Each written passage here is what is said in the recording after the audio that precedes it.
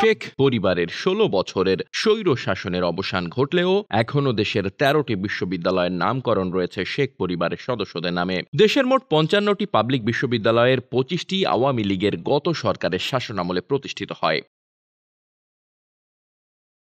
শেখ হাসিনার শাসন আমলে প্রতিষ্ঠিত বিশ্ববিদ্যালয়গুলোর মধ্যে ৭টি সহ মোট ৯টি বিশ্ববিদ্যালয় শেখ মুজিবুর রহমানের নামে। ২টি করে বিশ্ববিদ্যালয়ের নাম রয়েছে শেখ হাসিনা ও শেখ ফজিলাতুন্নেসা মুজিবের নামেও। শিক্ষার মানের থেকে আওয়ামী লীগ সরকার অধিক গুরুত্ব দিয়েছিল নতুন নতুন বিশ্ববিদ্যালয় নির্মাণে, যার মাধ্যমে লোপাট হয়েছে কোটি কোটি টাকা। এখন প্রশ্ন উঠছে, একই নামে হওয়া এসব বিশ্ববিদ্যালয়ের ভবিষ্যৎ কি? শেখ পরিবারের নামে কেন এত বিশ্ববিদ্যালয়ের নাম?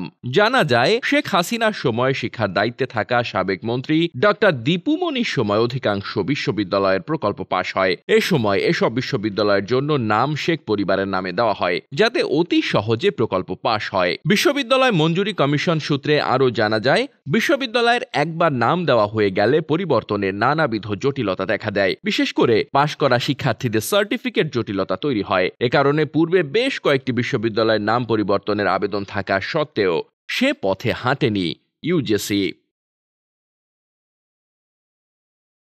Desk report, বার্তাবাজার।